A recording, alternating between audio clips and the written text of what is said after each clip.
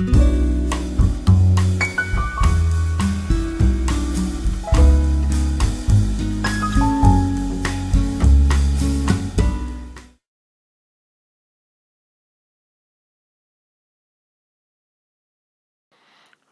there, everybody.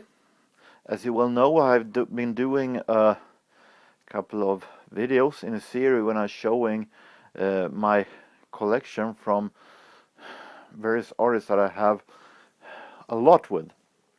I've been doing Duran Duran, OMD, Benny Goodman, and I'm going to continue with these videos. And I have now come to an artist that might be one of the biggest names in music history. I'm talking about Louise Ciccone, aka Madonna. So, hello there, Adam 87. I guess you will be watching very closely. I'm not going to say that everything when it comes to Madonna have been good. I've been having a pretty rocky road when it comes to my interest of the music of Madonna. I'm not interested at all in all that she is a fashion icon, that she's her style has influenced so many.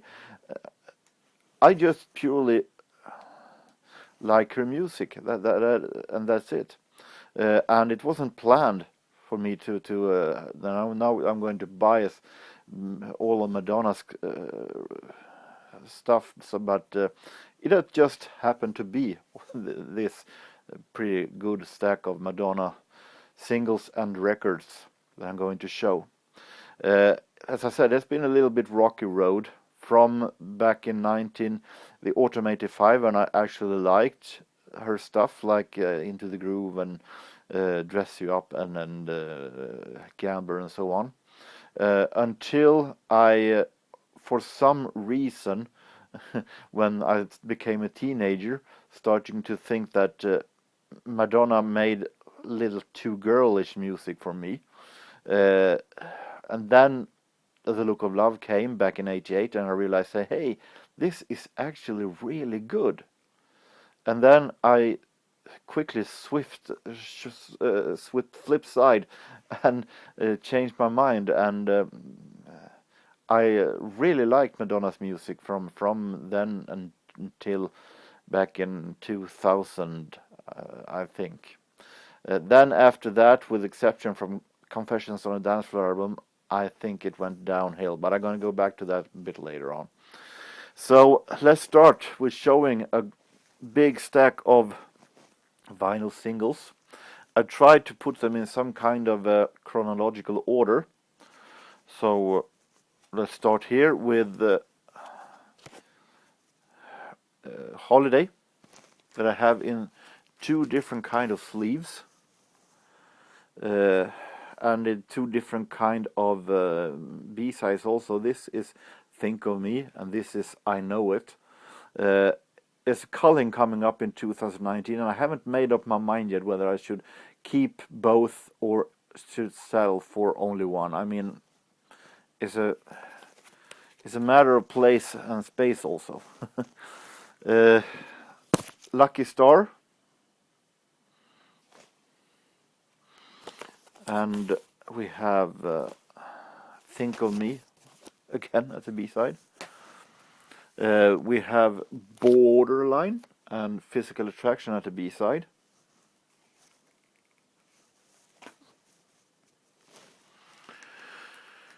And we have Like a Virgin. Not my absolute favorite Madonna song, I'm going to admit that. A little cheesy, but most of all very overplayed.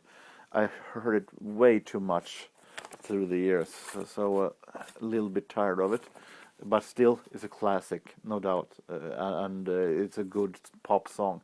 Stay at the B-side. And we have Material Girl and Pretender at the B-side. Maybe another one of Madonna's most overplayed songs, but a really fun, catchy song. Now we're coming into some of my absolute favorite Madonna songs. Crazy for You, really, really great ballad. I'll Fall in Love Again at the B-side.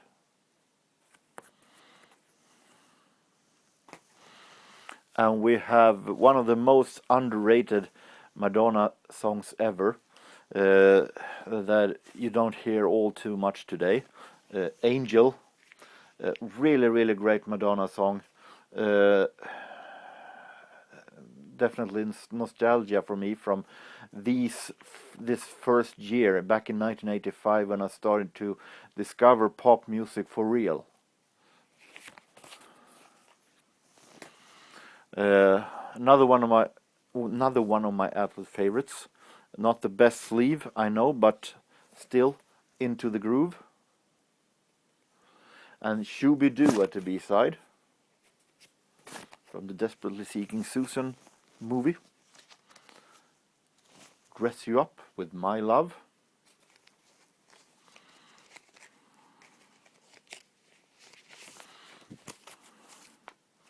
And we have Shooby-Doo also at the B-side. What fantasy! Also another one of her most sadly forgotten songs that are really, really great. Gambler, also from the Vision Quest movie. Nature of the Beach at the B-side.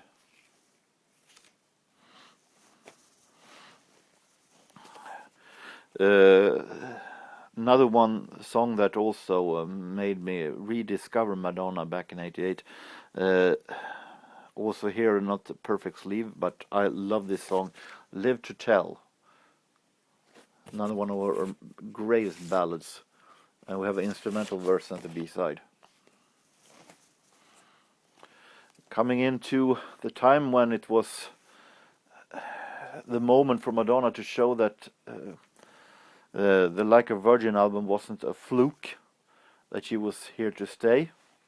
So she released Papa Don't Preach, among others, from the True Blue album. Ain't No Big Deal at the B-side. And we have Open Your Heart, White Heat at the B-side. A really great song, I might say, from the True Blue album, White Heat. I think that one is really, really great.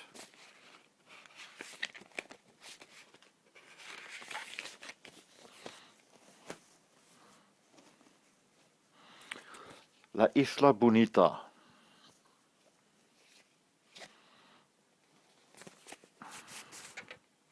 I have an instrumental edit at the B-side. Not much to say here because these are songs that most of you already know. Who's That Girl? From the soundtrack and movie with the same name. Yet again, White Heat at the B-side. Causing a Commotion. I've seen, of course, the Who's That Girl album, Jim and Jim at the B-side. And I'm not going to say that it's a really great movie, but it's not as bad as many say it is. I think it is. It's okay. Nothing more, nothing less. The Look of Love then. And once again, I know it. Madonna had maybe a little bit of lack of fantasy when it comes to B-sides in the 80s. We have, coming into Like a Prayer album, and the song Like a Prayer, Act of Contrition at the B-side. I remember really liking this song when it came. I did musical... I recorded music videos from cable TV back in those days, and I think I recorded a video from Like a Prayer many times sometimes on the same tape. Today I still think it is a fantastic, well-made song, even though it has been a little bit overplayed through the years. But I guess that is what happens with songs that are so popular. Express Yourself, and I have shown this before, The Look of Love at the B-side. Uh, I've shown this before, this picture poster sleeve.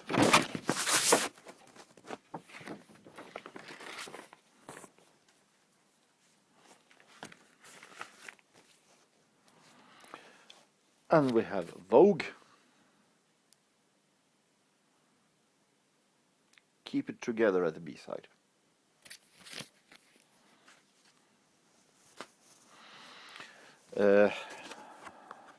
Hanky Panky, and I'm going to say that this is not one of my absolute favorite Madonna songs. I think that the melody is okay, but the production is really horrible.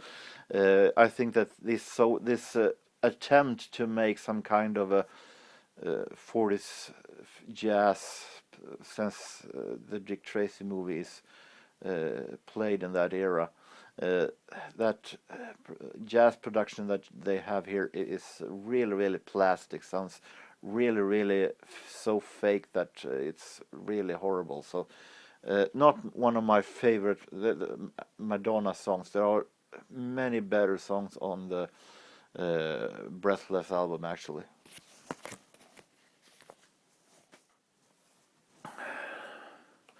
Justify My Love, and Express Yourself in a remix version at the B-side. And we have Rescue Me, and an album in a single mix, and the album version from the Immaculate Collection at the B-side. Erotica, an instrumental version at the B-side, but I have a nice memory from this song. I remember that I was when this song came, I was sitting at a train going from Östersund to Sundsvall, and it is around 2 hours train ride between those cities. And during that time, in the seats back, I had a person with earphones listening to a cassette freestyle, and the person, I don't know if it was a he or she, listened to first Erotica, and then when that song was over, she flipped the side on the cassette and listened to This Used to Be My Playground. And she went on doing that, flipping side, listening to just these two songs over and over all the way to Sundsvall. And as much as I liked these songs, I felt like, but hey, this is getting a little bit of annoying, a little bit of tiring. But I couldn't do anything either. She had such a high volume that it heard way out from the ear, from her head earphones, from the phones. So it was pretty fun today to remember it from. Now we're coming into the CD singles. I don't have much CD singles by Madonna at all. So I have a whole lot more vinyl singles. Rain. And we have from Ray of Light, the only single I have from Ray of Light, for some reason. Nothing Really Matters. We have Beautiful Stranger from the Austin Powers movie. We have American Pie. And we have What It Feels Like for a Girl from the Music album. And from Confessions on a Dance Floor, Hung Up. I remember when this single came, and I thought that this was Madonna's best song in ages. And Sorry. And Sorry. Now the singles are over. Going to the full-length albums. Starting from the beginning with the first album that I have on CD. I think this is a great album. Definitely a real 80s American disco pop music style. Really, really recommended. Then of course, the classic, one of my absolute favorites, Like a Virgin. It is a good album, but also of course because all of the memories that I have with these songs from my first year that I discovered pop music.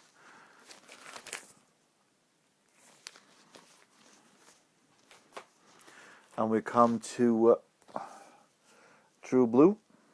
And this is the album that I bought back in 1988, so I had it for now pretty much exactly 30 years. So it looks maybe a little bit banged up in the sleeve, but it is still a great album. And from that we go to You Can Dance remix album that I bought at my very first Sundsvall record fair.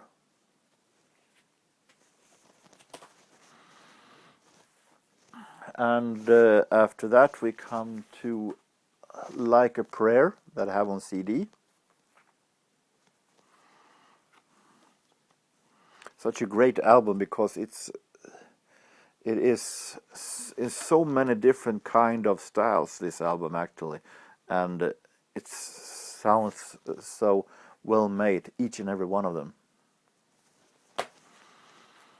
We're going to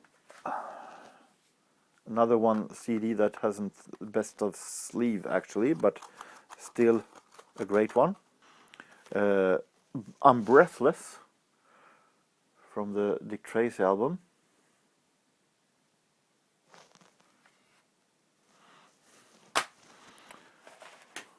The Immaculate Collection. There's a lot of Madonna soundtracks, Madonna compilations out there, but I think this one definitely is the best one.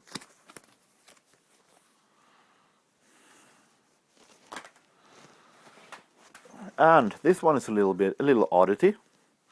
This is Madonna with Otto von Werner. This album, While Dancing, is released on Merlin Records back in 1992. I think this is recordings made before she became what she became, so to say. Very early recordings, I think it is. This is. I'm not going to say that this is actually good music, but it's definitely a fun thing to have. Erotica I only have at cassette. I think this one is is very much underrated album. There are a whole lot of great songs here that aren't connected to her erotica gimmick. Actually, they are really good, and it's a so great production by Shep Pettibone, one of better soul producers in USA at that time. So it's very much great early 90s soul over this one that I really like, and I think Deeper and Deeper is one of the best songs definitely from her. So very much underrated. Then I can bear without her version of Fever, but it works.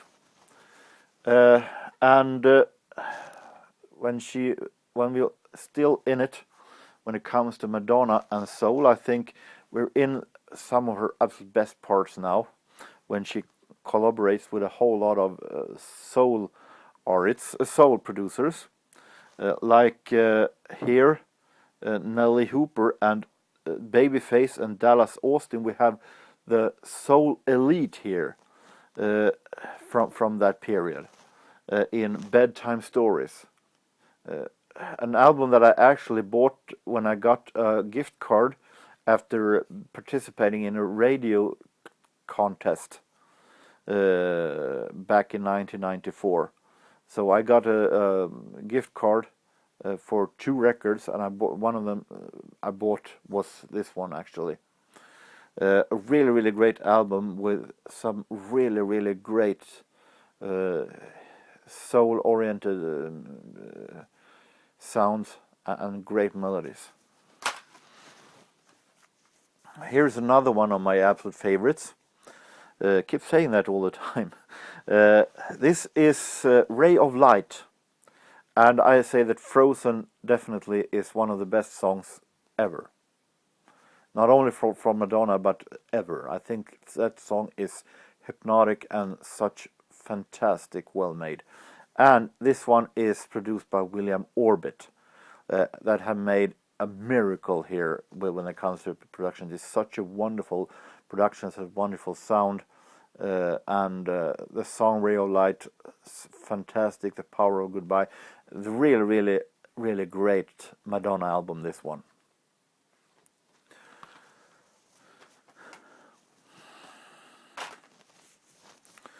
Then came an album that I at first thought it has its moments. I'm not going to say that music here is horrible. It has some moments like What It Feels Like for a Girl and Don't Tell Me and so on. Those are great songs, and American Pie is also here.